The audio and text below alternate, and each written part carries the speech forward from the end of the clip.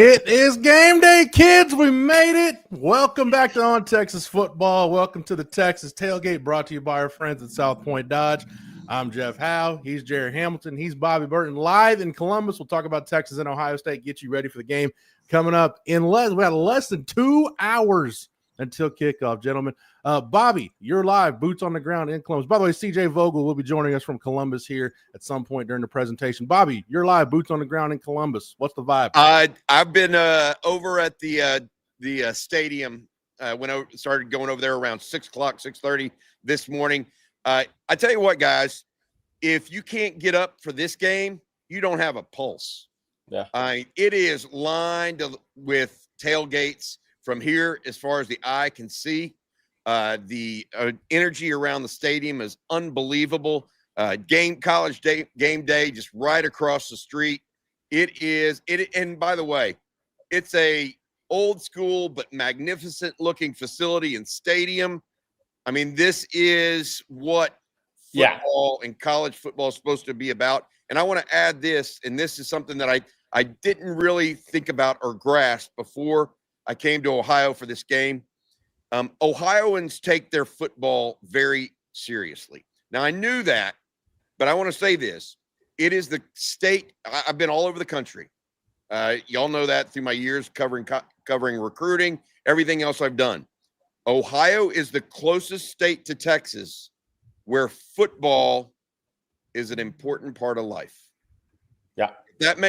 It's not Pennsylvania. Florida, Alabama. That's more just Auburn, Alabama. I'm telling you right now, football in the state of Ohio is a way of life, just as it is in the state of Texas.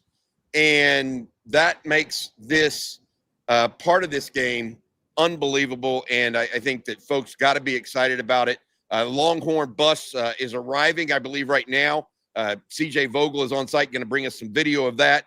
But Texas getting ready to play with a couple of injuries of note. Jerry, start with Trevor Gooseby, if you don't mind, bud. Well, wait. Before we get to the injuries, we got to get to happy birthday, Bobby, from the chat. Happy birthday to Bobby Burton from the chat. A lot of happy birthdays in the chat. Yeah, Trevor Gooseby, left tackle, going to be a game time decision. We'll see, if that decision's already been made. This is game day. Here's some video from the team getting off the bus in Columbus. Woo! I don't know who that guy is, but he's got a good suit on. Never seen him before. He's got a good suit on there. A lot of security comes with this one. But Texas has arrived now, and they'll kind of walk the field and then start going out for pregame after that. But look, Trevor Gooseby, game time decision, that's a big one. That's a big one in this game. I think the over-under is down to 46.5, by the way, if we can bring up the updateds on this game. But that'll be the big one we're watching for Texas is Trevor Gooseby. Has the official – there has not been a 2-deep released as of 15 minutes ago yet by Steve Sarkisian in Texas, which kind of amazing he's getting away with that on game day to me, but that's another – we could do a show on that. But, yeah, so that Trevor Goosby's the one we're watching for Texas today. And, look, I think both teams have some players that are going to play at less than 100% because Ryan Day was on College Game Day and said these guys, it was so competitive in – their fall practice that they were fighting each other more than any other fall practice he's ever seen.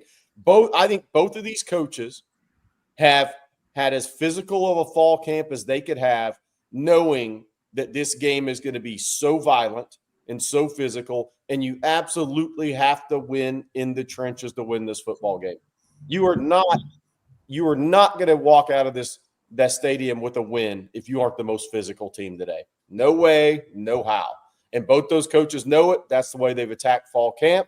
We'll see, is Edric Houston 100% healthy or close to it for Ohio State? Does Texas have anybody else nicked up?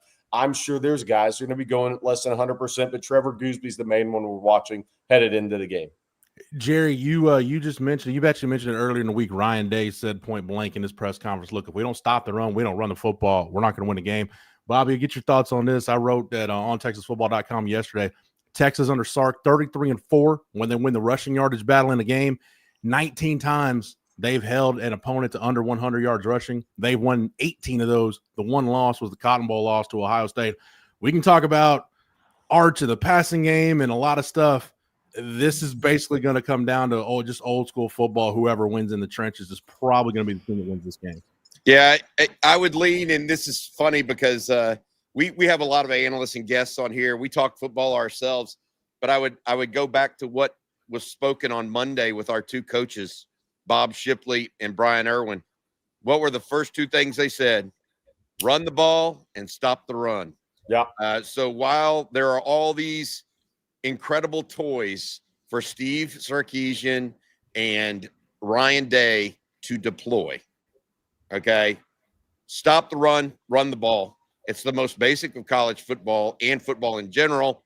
Let's see if both these teams can do it. My guess, Jeff and Jerry, is that both teams will be able to stop the run, and they'll also try to manufacture run game, but it's going to be hard. I mean, these both sides have really good players on defense, and let's be frank. I mean, I don't care who you are. You're not going to run against really good defensive lines. It doesn't happen in the NFL, really. It doesn't happen at the highest level of college football. So it's going to be about people that win in the margins in the run game, whether or not they can set themselves up in third and short and actually convert. Last year, Ohio State converted. Texas did not. And ultimately, I think that was the win of the game.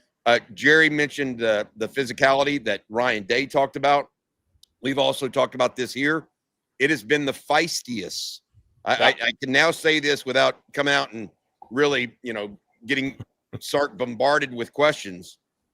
But it was the feistiest camp Steve Sarkisian has had at Texas. Yeah. Not just the what I would call the nastiest or the most physical, but the feistiest camp. And so to echo, there's Arch Manning. If you're seeing it on the screen here, not listening via podcast, Arch Manning entering the stadium for his very first start. It's a good look, guys. This team is hyped. This stadium area is hyped, and we're ready to go. I want to add to the physicality. Look at that. Look at Parker. I want to add to the physicality part, where I think the physicality part has to show up most for both of these teams is running the ball in the red zone. Because that's where the game was ultimately decided last year, was running the football in the red zone.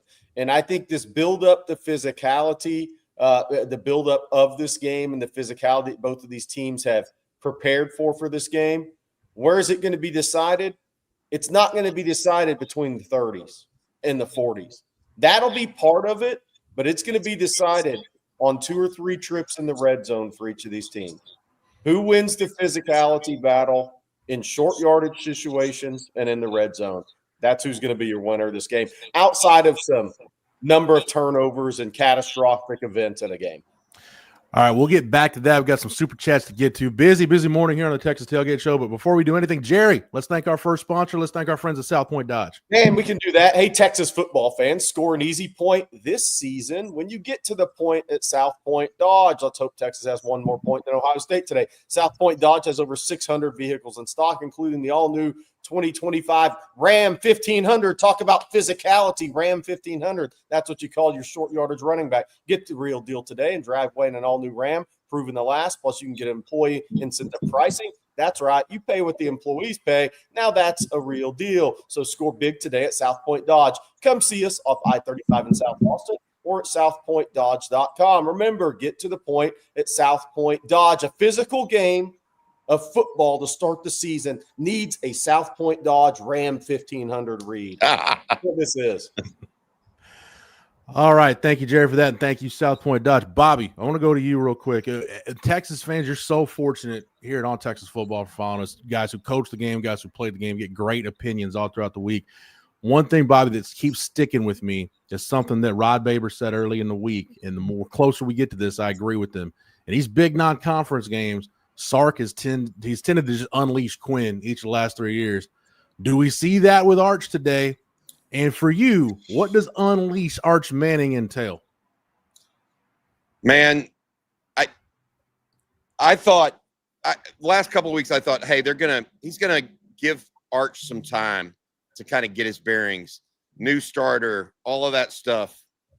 And while the last 2 years I felt like Quinn was a returning starter in 2023, obviously. 2024, returning third-year starter. I remember those games as Sark being pretty loose and having a great game plan to kind of open up the offense and open up Quinn. But you kind of forget about what he did in 2022 with Quinn that first year. He was a new starter at that time. And to Rod's point, he opened up very similarly against Alabama and Austin, throwing the ball around the yard, not worrying about defensive structure, etc. So what does he do with Arch today? Is it let it rip and then we'll figure it out from there? Or is it more like 2023 where I think he had a more surgeon-like kind of performance with Quinn where he didn't really let Quinn rip it until the second quarter? That's when Xavier Worthy caught the deep. You know, that's the thought process I have. I think it's going to be more of that 2023 Alabama game plan as opposed to 2024 Michigan, where he really opened it up early and used the tight end so much, et cetera. I think he's got to feel out. Part of this is feeling out where his offensive line is from a pass protection standpoint early in this game. I think you have to see how your offensive line is handling Ohio State early in this game. And so I agree with Bobby on that. And that doesn't mean there won't be a post corner route to DeAndre Moore, because DeAndre Moore runs a great post corner route if he can get him in the coverage he's wanting. And I think Arch, that may be the best throw he makes on the field. So look, but I'm really watching for how the offensive line looks in pass pro early in this game, because I think that's going to determine how aggressive Sark is within his script, guys. It's if he sees the offensive line struggling, well, you're not put Arch in positions where he's turning his back to the defense. You're not going to put him in those positions where you're asking the pass pro to carry on for longer than 2.5 seconds potentially. You're going to be looking to get it out quicker. So that's what I'm going to be watching early in this game, because I think that's what Sark's going to be watching. I mean, a lot of that's going to come down to guys, if Trevor Gooseby goes or not. Because if he doesn't go, then this offensive line is going to shuffle around and look a lot different than what it did at the start of fall camp. Yeah, let's talk about that. Bobby, I'll go to you. We reported, actually, I think you reported earlier in the week about Connor Stroh getting some run with the ones, maybe that O-line looking a little different. If Trevor Gooseby either can't go or tries to go and has to come out of the game, what do you think that Texas O-line looks like, and how does that change your outlook for today, if at all? Yeah, I'm going to tell you this now that we're 2 hours away and it doesn't matter anymore. What we had heard early in the week, if Gooseby can't go, Brandon Baker flips to left tackle. Yeah. Stroh and NATO were fighting it out over left guard. Obviously, Cole Hudson starts at center. Right guard would then go back to Stroh with NATO going in at left guard. And then right tackle would be DJ Campbell kicking out. Or Stroh's your left guard and Cole Hudson goes to right guard and Connor Roberts plays center. It's one of those two options, but DJ Campbell could be the starting right tackle in this game potentially if Trevor Gooseby can't go, or if Gooseby for whatever reason comes up limp or lame during the game. Sark gave a hint. He gave a hint in his Monday press conference, guys, when he came out and said Connor Stroh's had a great camp. That was his subliminal message. Hey, I'm not telling you he's going to start, but watch out. He doesn't just throw that out. And then he said Connor Robertson's had a really good camp. Why did he say that? Because if Gooseby can't go, you're going to see Connor Robertson at center more than likely and Cole Hudson at guard. That is how the reality of it is, and I mentioned this early in the week kind of as a little bit of a tell. I said that they are looking to get experience on the field in front of 110,000 people. Yeah. And if they can start simultaneously Connor Robertson, Connor Stroh, DJ Campbell, and Cole Hudson, those guys are all adults. Yeah. They're all older players, with the exception of Brandon Baker. And that permutation may be what Texas is looking for in Columbus today. And let's also say this. what else goes into Sark's script in this game? He's got to have a script with Gooseby and a script without Gooseby. And that script without Gooseby is more 12 personnel, because you're going to have that. You're going to have Spencer Shannon help DJ Campbell if he ends up being the starting right tackle. So there's two scripts that Sark's had to build out, in my opinion. There's the Trevor Gooseby full go script, and there's the shuffled offensive line script, because you're going to see much more 12 personnel if Trevor Gooseby can't go. I think even without Gooseby, I think maybe some unbalanced looks in short yardage situation. Sure. I think the short yardage red zone is really where Sark can mix it up today. All right.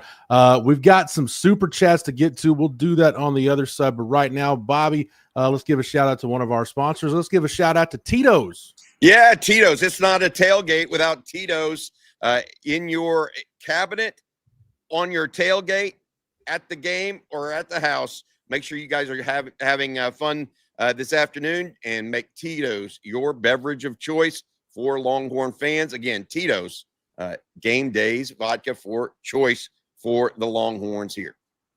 Just untexting if you're doing anything else. All right, let's go ahead and get to some super chats. Wait. Oh, I missed the Tito's read. I had the Tito's for the read. Dang. There you go, Jerry. I looked over at College Game Day. Man, this may be the most people I've ever seen at a College Game Day, by the way.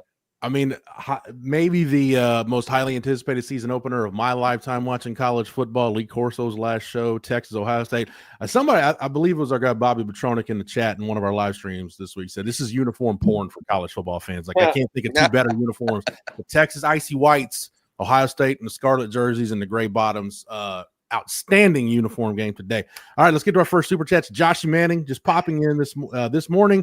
Major woke up, said 3 words that I don't know where he learned them, but he said blank Ohio State, horns by a million. I don't know. Wait. How old is Major? I believe Major's still counting his age in months, Jerry.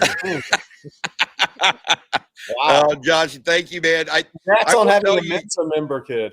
I gotta say this, guys. So I've been to a lot of places as a Texas fan and wearing Texas gear.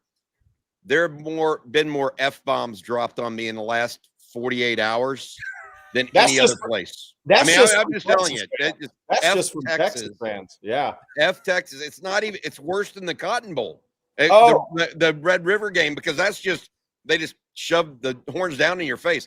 Here, they use their very limited vocabulary on you. Bobby, I thought that was just a Texas fans for you picking Ohio State. Oh, just telling you. Oh, they are.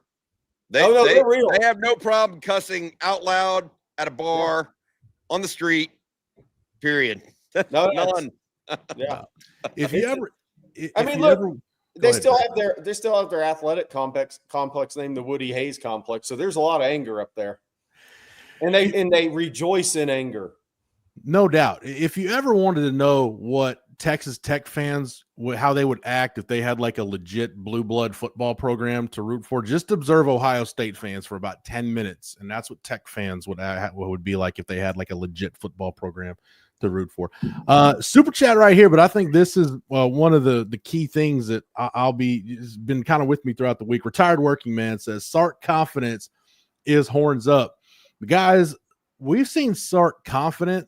I don't know that I've seen him going into a year where he seems as confident and as ready to watch his guys on the field as he is with this team. Yeah, look, and I think it's simple in a way, but then there's things he sees in his team, in his locker room, what he's seen in the offseason, what Torrey Beckton has relayed to them. This is the most talented roster 1 through 85 he's had at Texas. Now, there's some youth in that, but this is an extremely talented roster.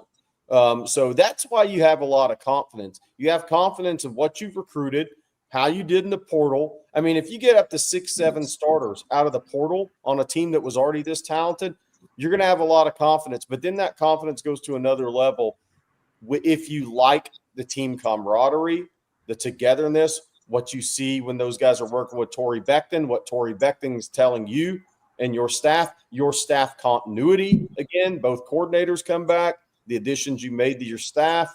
I just think all these things are lining up for Steve Sarkisian. And the other thing is, I always say this. I said it before last season, and the sad thing is you have to keep saying it on the mountaintop. The easiest teams to coach are the ones that have a little left to achieve, because you don't really have to motivate those guys. You don't have to motivate the teams that lose in the college football semifinal. And you certainly don't have to motivate that team that's done it 2 years in a row. No doubt. Real quick, Bobby, if we've got time, let's go ahead and thank another sponsor. Let's say thank you to Flight by Yingling. Yeah, Yingling Flight is your choice for light beer on game day. They are the sponsor, by the way, of our post-game show. Myself, Brian Robeson, as well as Rod Babers will be joining you. And we'll also be getting a little mention here from CJ Vogel post-game. But let's go to him right now, Jeff, if you don't mind. We've got CJ Vogel on. I think he's on the field. Are you on the field, CJ? They let me on the field, Bobby, somehow, some way. You see right behind me the remains of the Ohio State team entering the field for warm-ups. Texas has been on the field for about 5 to 10 minutes so far. But they're off and going this morning, and man, oh man, is it exciting. We're close, boys. CJ, you shot the video of the guys getting off of the bus this morning. Any last minute vibes you're getting from the team? Sark looked pretty good, pretty well dressed. Anybody else really dapping it up there? Oh, Anthony Hill had his nice purple suit going. He looked good too. Sark was stern. It's a business trip for Texas. The one thing I will say, it was by design that Texas got here late yesterday. They wanted to stay on Central Time. The move to Eastern Time didn't make a difference for them. Got here very early. They'll leave immediately after the game. But Texas practicing at 6 a.m. I was told that this is the plan. Stay where your body has been and come in and take care of business. CJ, here's the important question for me. Walking into the stadium, you like Michigan or Ohio State's stadium more? Because now you've been to both in the last year. Oh, Ann Arbor clears in every asset. The city, the campus, the stadium, 100% pointing towards those folks up in Ann Arbor. All right. Now, if Ohio State fans are listening, we'll tell you where to find CJ after the game. CJ, I'm in the end zone. Was Trevor Gooseby wearing a club on his hand? That's another good question, I think, that people need to know. That was what I was looking for. He had both hands in his pockets. So, look, I don't think you can put hands in pockets if there's a club on a hand. He did just walk out on the field. So let me come back. I'll shoot you guys a text. I have yet to see him take the field yet. So, the offensive line is coming here in a minute. Hey, one of the things, CJ, is I think Texas brought the whole team to this game. There wasn't a travel limitation, right? So something for the fans that aren't aware, I think the whole scholarship roster made the trip. That is correct. All the freshmen at least made the trip. There are a few guys, maybe a couple of years, sophomore, juniors that did not. But all the freshmen did make this trip up to Columbus, yes. All right, CJ, hang tight real quick. Bobby, you've got to run. Bobby, happy birthday. Enjoy the game. And Bobby will be on the post-game show again with Rod Babers and Brian Robinson following the game. That's immediately following a quick deal CJ, Jerry, and I are doing. But, yes, Bobby will be on the post-game. Next time we hear from her. Hopefully, Bobby, after a Texas victory. Hook 'em horns, guys. Y'all have a good one today. All right, there goes Bobby. CJ, real quick, I don't know if you've been to the press box yet, but I'm assuming no depth chart yet. No depth chart, no. Sark keeps that thing under wraps. We probably won't see one until Florida. Exactly. I don't know how – look, I love him, but I don't know how he's getting away with this. I mean, it's like the SEC is going to have to start requiring depth charts released 2 days before games now. That's where we're headed. That's where we're headed next with all this. Obviously, no injury report because this is not an SEC game today for anybody wondering about that. But is there CJ trying to get us a different view? I think the internet's going to be a little choppy there. A lot of people on it. But, to be. Yeah, no depth chart. But one of the things I want to talk about is, Jeff, is there's a number of positions where I just don't think it matters who the starter is. And that's defensive line. And because, look, whether it's Alex January, Cole Brevard, it doesn't really matter because Murad Watson and Travis Shaw are playing heavy snaps too. Ty Anthony Smith may end up playing almost starter-level snaps in this game. So now there is where the depth chart does matter is we believe Grayson Littleton's going to start at nickel. And we believe Connor Stroh's probably going to start at left guard. So maybe when the depth chart does come out, whenever that comes out, 5 minutes before kick, those things will be made available. But I do think there's a couple of positions there where it doesn't truly matter who the starters are on a depth chart because guys are going to rep so much within the games. Now, I do think the interesting thing would be when CJ's walking around, what does Eder Houston look like if he sees Eder Houston? Because Eder Houston apparently got banged up in practice again this week, and he is the 5-star defensive lineman from Buford. Yeah, CJ, along with Edric Houston, anything else you're going to be looking at here in warm-ups as we're approaching about 90 minutes until kickoff? Yeah, I want to see Julian Sain. Who doesn't, right? The world wants to see what Julian Sain can do, beyond just throwing a football and commanding an offense. I want to see his leadership. Does he get his guys pumped up in the tunnel? Is he a guy that, leads them out of the charge? I don't think Texas had that a year ago, but I think they have it this year. Is that a difference maker? I want to see that in warm-ups. You're muted, Jeff. Oh, I knew that was going to happen at some point today. CJ, be safe. Enjoy yourself. Should be a heck of a game. And again, CJ, Jerry, and I will have a very, very quick, immediate post-game wrap-up right when this one is over. So, CJ, if anything breaks, just pop on and we'll get you on before we sign off. I got y'all's numbers. I'll be in touch, guys. Hey, by the way, I'm kind of watching College Game Day out of the corner of my eye. I think they just brought a Brutus cake for Elite Corso on set, and man, I don't like Ohio State, but that looks good. I'm not gonna lie. Yeah, Ohio State's one of those deals, Jerry. I respect Ohio State. I just don't like them. Never been a big Ohio State fan. Grew up more of a Michigan fan, so just don't. Other than the great Eddie George and the great Orlando Pace, I have really nothing nice to say about Ohio State University. 75-pound cake for Gary Schaefer, Ohio State fan in here. By the way, we liked all the Ohio State fans that came in here during the week. If you want to watch the Watch with us, feel free. Our schedule there, our Watch with Us, oatmeal cream pie. Ekim, I might go get one of those in a second. I think I may start the Watch with Us one of those. We have to Watch with Us, Game Time, Aaron Hogan, myself, Jeff Howe, Rod Babers, Bob Shipley. We'll all be on during the Watch with Us. Get you to the post game. The post game show today will be Bobby, Rod Babers, Brian Robeson. CJ may jump in. I may jump in depending on our schedules, what we have going on. But full day here. We'll have shows after. Full day here for Texas fans. And look, if there's any Ohio State fans that want to jump in, go ahead.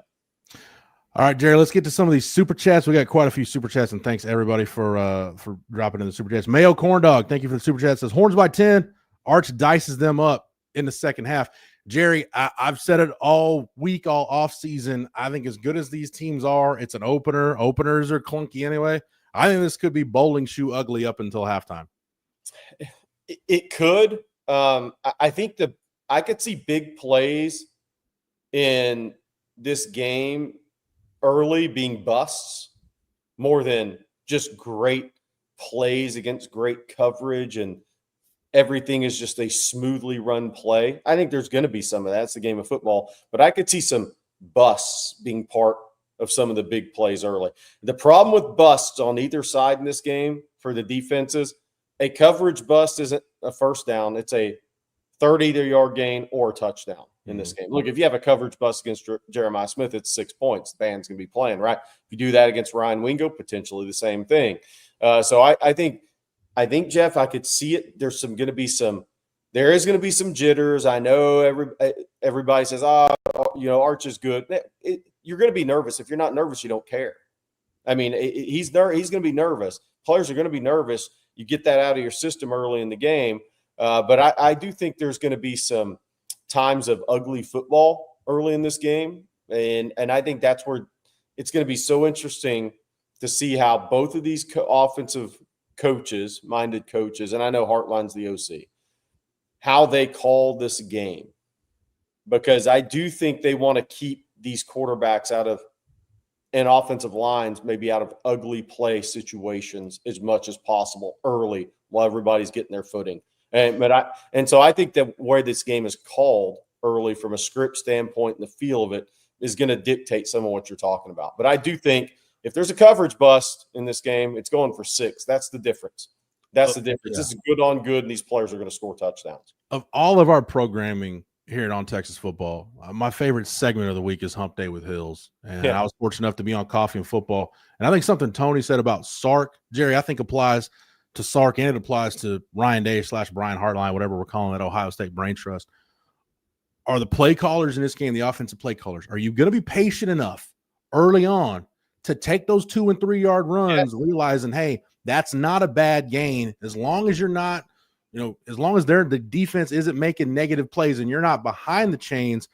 I'll quote the late great Mike Leach: "You never go broke making a profit." So whoever's patient enough to just stick with the run, stick with the game plan, and not abandon ship early, that might be the play caller of the winning team today, Jerry. I love him or hate him, and most are David Rawls is Littleton starting today. We do believe he's starting today, but we'll see when the game begins. Or love him or hate him, what Urban Meyer said, I think rings 100% true. He used to tell his quarterbacks, don't worry about the play, being a playmaker. Don't worry about all these things. Go make 2 first downs. And his reasoning behind that was so sound. If you have a young quarterback or a quarterback in a big game, just go make 2 first downs. If you do, we've possessed the ball. We're moving the ball. We have a chance to get the other team on their heels a little bit, start to get those guys tired within a drive. Just go make 2 first downs. And I think that really applies to this game for Arch Manning and Julian Sand. If you can just go make 2 first downs and you possess the ball a little bit, your defense gets the rest. You don't have any ugly 3 and outs where you have the ball 35 seconds and you're playing way behind the chains. Just go make 2 first downs. If you can do that enough out of your 9-10 possessions in this game, then you're going to turn around in the fourth quarter and you're going to be right there in the game with the opportunity to win. And I think that's the way you have to approach a game like this, because I don't think this is Michigan from last year, who had turmoil in the program, horrible quarterback play, and a lot of losses, both within the staff, the scouting department, and the players. This program, yes, they changed coordinators, but they have not had the turmoil. This is going to be a slugfest. This is a very talented Ohio State team. They may be young, but Texas is young in some spots. These are 2 extremely talented teams, and I do not expect Texas to walk into Columbus and win 31-6 today. It's not going to be a game. To your point, Jerry, I think we forget, other than Jim Knowles, the entire Ohio State defensive staff is back. So if you're Matt Patricia, it's almost like, hey, just don't come in there. You don't need to reinvent the wheel. And I want to see how he calls this game and how it unfolds. Jerry, we've got some super chats to get to. Before we do that, though, one more time, let's thank our sponsor for the Texas Tailgate, and that's our friends over at South Point Dodge. Yeah, we can do that. South Point Dodge. Hey, Texas football fans, score an easy extra point this season when you get to the point at South Point Dodge. South Point Dodge has over 600 vehicles in stock, including the all-new Ram 2025, Ram 1500. Get the real deal today and drive away in that all-new Ram, proven to last. That's true. Plus, you can get employee incentive pricing. That's right. You pay what our employees pay. Now, that is a real deal. So score big today at South Point Dodge. Come see us off I-35 in South Austin or at southpointdodge.com. Get to the point at South Point Dodge, and a Ram 1500 read is exactly what this football game is going to be today. It's going to be tough and rugged. Speaking of which, Jerry, let's get to Justin Yarbrough's super chat. Justin, thank you for the super chat. He said, LFG fellas, time to hear some pads pop. Jerry, the adrenaline is pumping in an opener. There's going to be some of those hits on both sides early in this game. It's going to sound like cannon shots going off. And the thing is, for defensive players, when the adrenaline rush hits you in these games, you still have to be assignment sound. That's where you can get in trouble, right? The false steps at linebacker, the over pursuits, putting yourself in a bad situation, being too aggressive and getting the dumb 15-yard penalty to kickstart the opponent's drive. It's playing with physicality and reckless abandon to the line. If you go over the line, You get in issues, but there's going to be plenty of physicality in this game today. No doubt. A lot of play to the echo of the whistle today. Cisco Diaz, Jerry, I don't know if you're up for this. Says Jerry takes a shot at Tito's every time they mention Arch's uncles. I want Jerry to be on the post-game show. So, yeah, we want Jerry. I just want you to make it. So, Cisco, appreciate the thought, but probably that's probably not a proposition you're winning, Jerry. No, I'm not doing that. That's not me in general, by the way. I don't have that type of stomach. Brandon Huey, thank you for the super chat. Says this one's for Jeff Howe. GH are cool too, Coach. Thank you, appreciate that. Jerry, I'm just I love that in the era of the playoff, especially the expanded playoff, and I think this probably goes back to Sark's confidence too. You can play these kind of games, and it's not going to kill you at the end of the year to determine your fate, whether you get into the playoff or not. We know Texas, obviously, you got to take care of business with your SEC schedule, but you're not going to be penalized, win or lose, for going to Columbus, Ohio and playing a football game early in the year. No, this is a huge weekend in college football, though. I will say this, because Texas, Ohio State loser, Clemson, LSU loser, Miami, Notre Dame loser. They lose a lot of margin for error this weekend. Those three teams in this, we've never had three top 10 team matchups to open a college football season ever. Three of those teams lose their margin for error greatly this weekend. They're down to one more loss during the season. So these are big games. Your season's not over. In 2005, the loser of Texas, Ohio State needed help to get to a national championship game. That's not the case, but you do lose half your margin for error. So these are still huge games, especially when you consider the schedule. If Texas doesn't come out on top today, then you start looking at the schedule, and the talk's going to be, man, we got to win either at Florida or at Georgia, because there's no margin for error. Oh, and by the way, hold serve the rest of the way. Mm-hmm. And it's really, to me, Texas is so talented. There's 5 games this year, and you got to win 3 of them. It's at Ohio State, it's at Florida, it's at Georgia, and there's A&M, and there's Oklahoma. Those are your 5 games, and you have to come out 3-2. Well, if you drop today, you have to go 4-1 in those games the rest of the way to be a 10-2 for sure playoff team. If you get the 9-3, you're going to be sitting there hoping and seeing how it all plays out the last weekend in conference championship games. That's not where anybody wants to be. So it's a huge game today. It's a huge game for LSU, Clemson, Miami, Notre Dame, Ohio State, because then the fans of the teams that lose these games start looking at the schedule saying, okay, man, then you start looking at these games saying, we got to go 4-1 in these 5 games. We got to go 3-1 in these 4 games. It's a little more daunting after today. Jerry, let's go ahead and get to these last couple of super chats. Triplet Joseph 44, thank you for the super chat. Says this O-line gives me flashbacks to the first Georgia game. Jerry, that Texas team was just so overwhelmed. It's hard to think they're going to replicate that, but we were talking about it a little bit ago. Bobby thinks it's going to be more of a deal where Sark maybe wants to get the ball out quick. I think rolling protection, changing the launch point for Arch, getting him on the move, taking advantage of his legs might be the best way to help out this offensive line. And I apologize, somebody mentioned it in the chat, but the Neil Brown factor, Jerry, helping Sark expand this offense with the quarterback run game. It's not something Sark has majored in, as he'll say. Neil Brown, we know, can scheme up the quarterback run game. Chad Scott can too. I think that's where maybe the Neil Brown factor, if there is one, that may be where it helps Texas today. Yeah, that's so interesting to me, because I think it's what Brian Irwin said yesterday on our live stream in the afternoon. I totally agree with.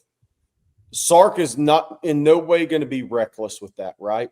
It's going to be red zone in a short yardage situation, right? Maybe you throw a QB draw out there if you get a look you like on a 2nd and 14 to get it to 3rd and short, right? But Sark is not going to put Arch in harm's way at all in this game. So when that QB run game happens with Arch, I think it's going to be purely situational in a football game. Now, what happens on a waggle, what happens under pressure, that's 2 totally different things. Then you just got to go out and be a playmaker and do what you have to for your team to try to win a game, move the chains, keep a drive going. And what happens in those scenarios, you can't control. But what you can control is the situations you put Arch in where you know he's going to take hits. And I think because of that, I totally agree with Brian Irwin. You're looking red zone. You're looking a situational third in short type of situation, but you do not want to be running. And Sark's never going to major in this. No. You do not want a lot of design runs with your quarterback. He got knocked out of this game last year, by the way. Yeah. Don't want that again. This is a game, Jerry, where including sacks, I want Archer's official rushing attempts in that 5 to 8 range. I agree. I think if it's any more than that, the game probably did. The flow of the game probably didn't go your way. Either there's more sacks or you're having to maybe run Arch more than you wanted. Neither one is very good. And by the way, I want to say the same thing. Sackles, yes, a lot of sackles today for Texas, but Ohio State doesn't want. Look, Julian saying I think is going to be a really good player. I think he's a very talented kid. I think he's got great pocket presence, a very accurate throw of the football. They don't want him taking a lot of shots today either. They don't want that. One of the interesting things today is Kleinholtz going to have a little role in QB run game for Ohio State because it's not going to be saying. I don't think they're going to do that Julian's saying. Will Kleinholtz, the backup quarterback, because he is a good athlete, will they have a little bit of something in their playbook today for him in QB run game if they need to pull it out? I think they are. Yeah. That could be one of those deals that they pull out at the end. Donald Brett asked if we run a Wildcat type play, who takes the snap? Jerry, I think the Wildcat idea for Sark probably died when Roschon Johnson left. I don't think that's something that they're probably going to go back to the well to. I don't know who it would be at this point. No. It might be CJ Baxter. I just don't know if it's not trust, but again, you probably want to limit his exposure early in the year as much as you can. Jeff Carey, thank you for the super chat. Says, if we play mistake-free on special teams and make good halftime adjustments, we'll be fine. By the way, I'm extremely nervous. I mean, that's the deal. You should be nervous when you look. I mean, this isn't a game, Jerry, where the loser of this game it's going to be because they bought into the hype or anything like that, or they were out talented. It's just going to be, hey, you probably weren't clean in those areas outside the margins where you needed to be clean. Turnovers, field position, all that stuff we talk about. Yeah, no, for sure. And look, Jeff, I think you're spot on. I do think we don't talk about special teams enough in an early season games. Look, I was at a high school game last night. Punter dropped the snap. Bad snap to a punter. 14, and those were inside this team's red zone or inside their own 20. Both resulted in touchdowns difference in the game, 24-14 game. Special teams are massive. And I'm not just talking about Mason Shipley from the right hash. Boomeister's going to punt the ball well. We know that. Ohio State's got good specialists. We know that. It's about the coverage units. It's about, is there going to be a big return? Is there going to be a blocked punt or kick in this game that changes the momentum of the game? Is there going to be a return that changes the momentum of the game? That's the things I'm looking for from a special team standpoint. I think, look, I hope Mason Shipley's first field goal attempt ever as a Texas Longhorn isn't from 41 yards to win the game. I hope he gets one before that in this game, honestly. But I will say this. I think it's going to be more the coverage units and your kick block, punt block units that could have a real impact in this game today. 100%, especially with the size speed ratio Texas has, Jared. Some of the bigger skill positions, linebacker, safety. I think Texas could have the best coverage and return units in the country. We'll see who's returning punts and kicks today, but the ingredients should be there. Last super chat, Don Gregory says, "Good morning, fellas. Jeff, can you elaborate on Ohio State being Rust Belt Aggie?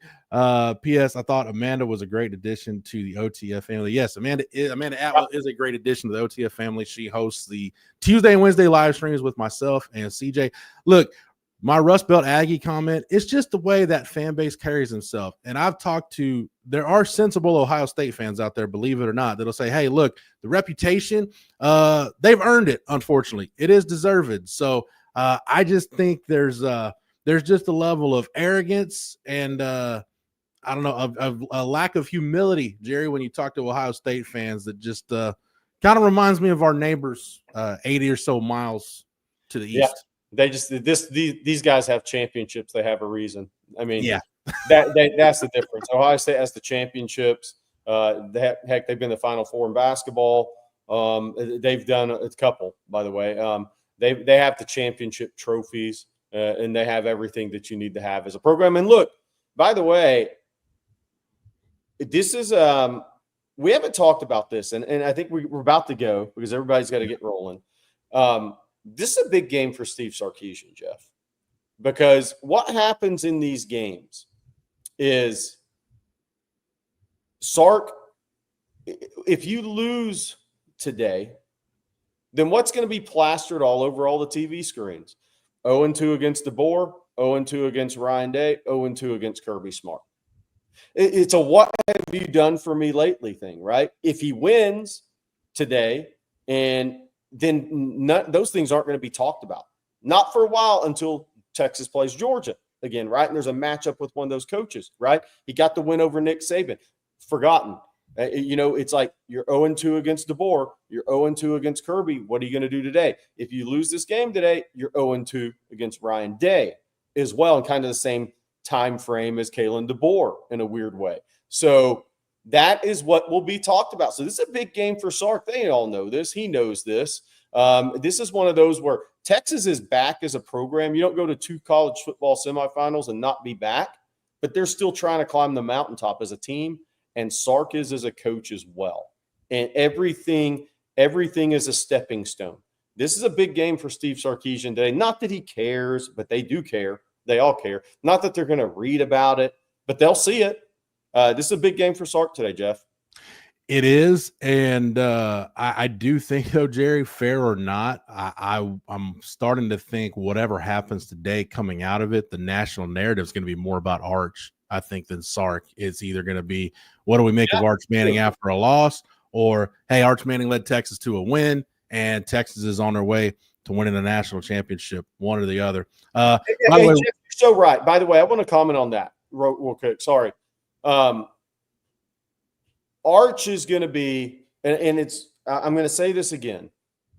Arch is going to be the most built up, tore down college football player we've seen in our era, because the way the game has changed with social media and YouTube and all the social media platforms. Every single snap he takes, the good, bad, and the ugly, is going to be broken down every single week on multiple platforms. And we're never going to have seen a college player that is this scrutinized, that's going to live in this fishbowl for the time he's in college.